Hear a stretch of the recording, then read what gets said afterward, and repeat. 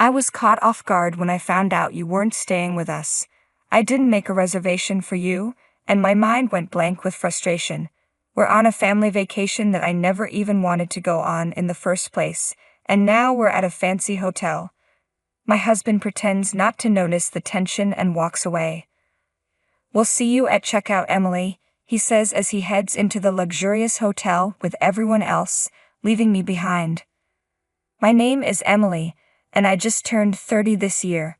I'm a stay-at-home mom living with my husband, Spencer, my mother-in-law, Kate, and our son, Sean, who is now 3. Spencer and I met on a blind date 7 years ago, and married shortly after. Our life together has been ordinary and free of major conflicts, and we're known among the neighbors as a loving couple. 2 years after we married, we had Sean. Spencer was busy with work but was always actively involved in childcare. I had no complaints about him, and life was manageable. However, things began to change after Sean was born. 6 months ago, my father-in-law passed away, and Kate was set to move in with us. The last time I saw her other than at our wedding was when Spencer and I visited her to announce our engagement. It had been quite some time, and my first impression of her hadn't been positive. My father-in-law, on the other hand, was always kind to me and left me with a good impression.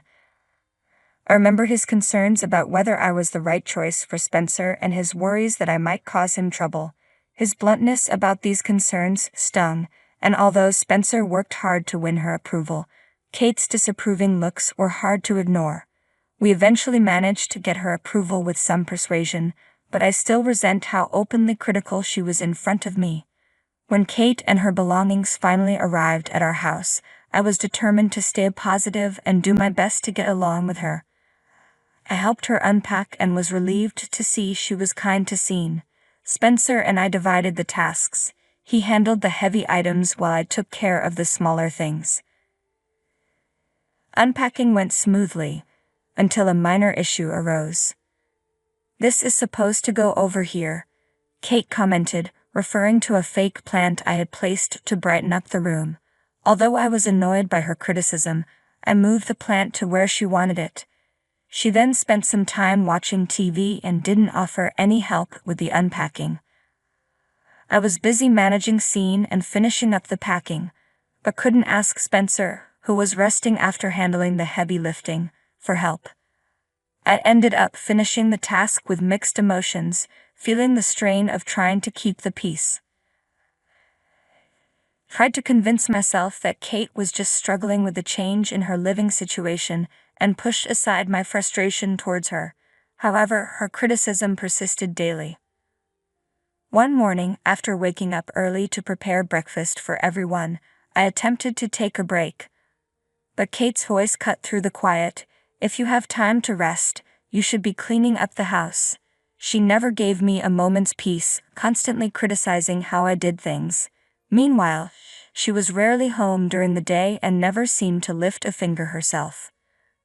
The constant strain was wearing me down, so I decided to talk to Spencer about her behavior. "She must be having a hard time adjusting," I said, hoping for some support. But despite knowing how she treated me, Spencer didn't intervene. I would lay in bed each night, my hands on my forehead, overwhelmed and unable to sleep. No matter how I felt, my 3-year-old son would cry at night from the exhaustion. I struggled to get out of bed to comfort him, and Kate, disturbed by the noise, would shake me awake, scolding me for not attending to him sooner. "How can you still be sleeping when your son is crying? It's your job to take care of him," she would yell, berating me for my fatigue and inability to keep up. I didn't want to escalate things, so I quietly got up, but the stress left me with no sleep that night. When Spencer was off work the next day, I planned to cook lunch. Kate, however, had already started preparing the meal. When she placed the food on the table, one plate was noticeably missing. "Looks like one plate is missing," Kate said. "I made it for Spencer, who works hard, and for my grandson. There's none for you. Make your own." I was stunned and hurt. It became glaringly clear that Kate's behavior was more than just criticism. It was deliberate mistreatment. I had been trying to ignore it for a while, but it was impossible to overlook any longer. I struggled to tolerate Kate's behavior, trying to convince myself that she was just being tough on me to make me a better wife. If I didn't keep thinking this way, I would have crumbled under the pressure. Unable to voice my frustrations to Kate directly, I confided in a friend after dropping Scene off at daycare. "That's definitely bullying. How are you holding up?" she asked, genuinely concerned. I detailed everything to my childhood best friend, who listened with empathy. Her concern and support overwhelmed me, and I finally broke down in tears. I had been battling my frustrations alone for too long. She reassured me that I was doing my best and that things would get better. "I'll help you. We'll figure something out," she promised. Although our conversation was brief because we both had commitments, I felt the weight lift from my shoulders. My friend suggested a couple of things. One idea was to use a recording device to capture what was being said in the house. On my way to pick up Scene, I bought a cheap recorder. When I got home, I found Kate out as usual, and took the opportunity to set up the recorder discreetly. While cleaning, I noticed a piece of paper that had fallen from a drawer in Kate's room. When I picked it up and unfolded it, I discovered it was a personal loan agreement for $20,000. I could hardly believe what I was seeing, but I decided it might be useful and tucked the paper into my pocket. After a while, Kate returned, and soon Spencer came home just in time for dinner. As we sat around the table, Kate began her usual complaints. Then out of the blue she mentioned, "By the way, my friend gave me a discount coupon for a one-night stay at a 5-star spa hotel." Her mention of the coupon seemed like a hint that she wanted to go. Spencer was enthusiastic about the idea, and even Scene seemed excited.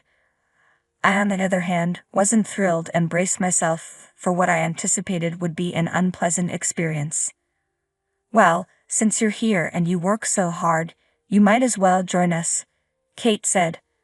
I was taken aback.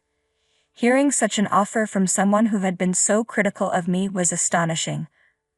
Part of me wondered if she meant well, though I struggled to believe her offer wasn't made with some ulterior motive. She wanted to book everything for the next day. That night, I couldn't sleep, trying to decide what to do. By morning, I was still conflicted. I sat for a long time, pondering the trip. Scene wanted to go, but since Mom wouldn't be able to watch him, and it would be difficult to take him with me alone, needed Spencer's help. "You don't support me when your mother mistreats me.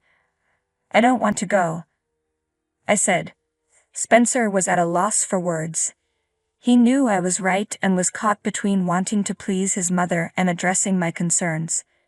He pleaded with me to reconsider, so I decided to set a condition. "Fine, but first, take a look at this," I said, showing him the loan agreement I had found in Kate's room. Spencer's face went pale as he read the document, revealing Kate's $20,000 debt. He was shocked and couldn't believe his mother was in such financial trouble. "Can we help her pay this off? As her son, I can't just ignore it," he asked, knowing that I was responsible for managing our finances. "Of course," I replied, understanding the complexity of the situation. I declined Kate's offer. I had no intention of helping someone who had treated me poorly. I understood Spencer's feelings as a son, but I couldn't agree to support Kate under those circumstances. I told Spencer, "I will help you with this trip, but only if you agree to my conditions." The first condition was that Spencer must intervene whenever Kate mistreated or overly criticized me. The second was that I would establish some ground rules for Kate, write them down, and post them around the house. If Kate couldn't agree to these conditions, we would have to ask her to leave. Spencer agreed to these terms, and we decided to implement them after the trip. I asked my friend to post the rules while we were away. We would continue to act normally until the trip was over, and then we'd put our plan into action. Spencer agreed, and I decided to go on the trip with them. The next day, I informed Kate that I would be joining them. I kept reminding myself to be patient just a little longer.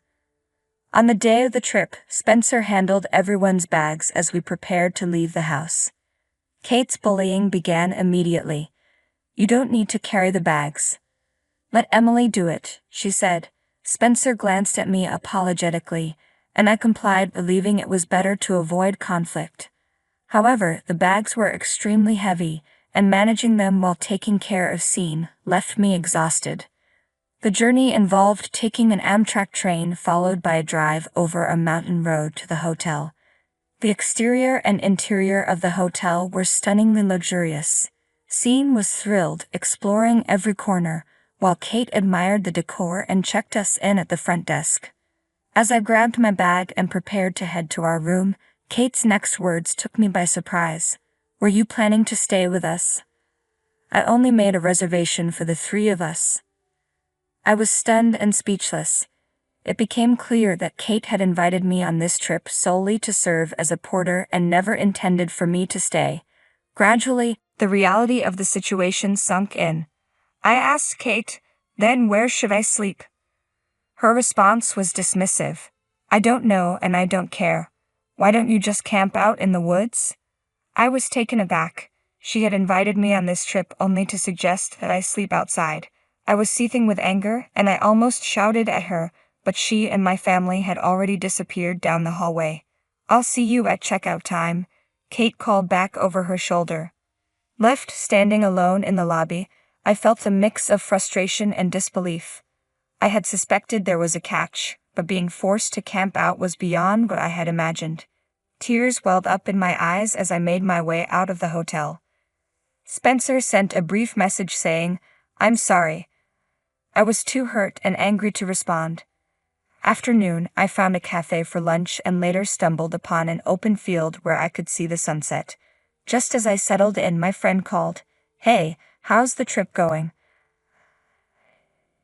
"But you asked." I had given her a duplicate key and informed her of the situation beforehand.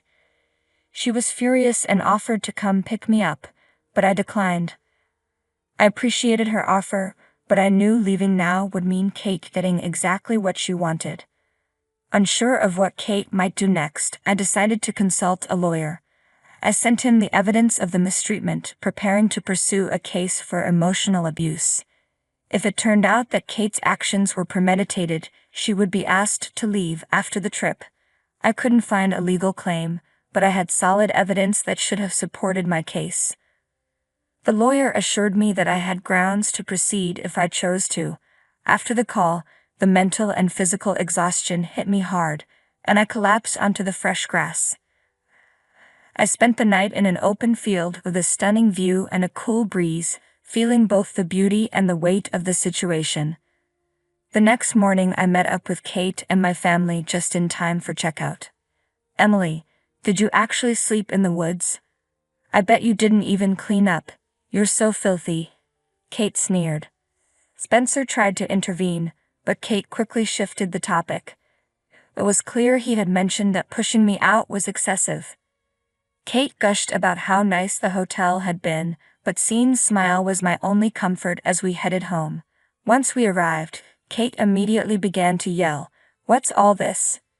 Don't mess with me." Rules were posted all over the house, and it was evident she had seen them as her face flushed with anger. When Spencer showed her the IOU, her face went pale and her mouth fell open in shock. At first, she tried to deny everything, but when pressed, she confessed to squandering her husband's life insurance money and borrowing more once it ran out. Spencer and I proceeded with our plan. "I can't have someone with debt living with us," I said. "You need to leave. And since I have evidence of how you've mistreated me, I will be suing you." I played the recording for her. As she listened, her face turned ghostly white, and she begged me to let her stay. I told her she could remain if she adhered to the rules and refrained from aggressive behavior. She eagerly agreed and apologized profusely. "I'm so sorry. Please help me." I never thought I'd see her like this, I thought, feeling a deep sense of satisfaction. When I thought the ordeal was finally over, my knees gave way, and I collapsed to the floor. Spencer quickly helped me into a chair and then began to confront Kate about her debts. It was clear that his respect and trust in her had shattered. Kate, who had never imagined facing such a fierce rebuke from her son, frantically apologized. Once everything was settled, she fell silent, staring blankly at the sky for the rest of the day. The atmosphere in our home changed dramatically the next morning. I woke up early as usual and started preparing breakfast. Kate, however, made a cutting remark right away. The difference was in Spencer's response. "Mom, we talked about this yesterday," he said firmly, causing Kate to fall silent and retreat to the sofa. I almost felt a pang of amusement at the sight, but I managed to stay focused on preparing breakfast. Spencer was grappling with guilt for not protecting me and struggling to stand up to his mother. Despite this, I knew he was a kind man, and there must have been reasons for his previous inaction. I couldn't bring myself to hate him for it. He tearfully apologized to me, and from then on, he supported me and kept a closer watch on Kate. Her attitude toward me improved daily. While she still made occasional comments, they lacked malice. I hoped this new dynamic would last. For the first time, I could breathe easily and maintain a healthy mindset. The debt repayment was set at $700 a month. Spencer and I worked together to manage it as Kate was too elderly to work. I took a part-time job to balance work and home life, and Kate took responsibility for taking Sean to and from daycare. She did a good job with this. Spencer took over managing the family finances, which helped improve our situation little by little. No matter how much you love your husband, dealing with a difficult mother-in-law can make you consider divorce. Although I couldn't bring myself to do that, I reflected on how much easier life could have been if I had acted sooner. Still, finding that Io was a turning point that helped me rebuild my family. I was grateful to my friend for her support and encouragement. Without her, I might have faced a mental breakdown. I deeply cherish our friendship. Looking back, I feel a sense of accomplishment for holding my family together through the tough times. Even when I was exhausted and unmotivated, I made sure to fulfill my responsibilities to ensure a decent life for everyone. Though I may never fully forgive Kate, I intend to treat her kindly as my mother-in-law. Years have passed and my son has started preschool. We are nearing the end of paying off the debt and considering a move to a new house. Kate has begun helping me more, and my relationship with Spencer has improved significantly. We're even contemplating having another child. Our family is stable now, and I'm content with our progress. I will continue to do my best for my family, always striving to support and nurture them.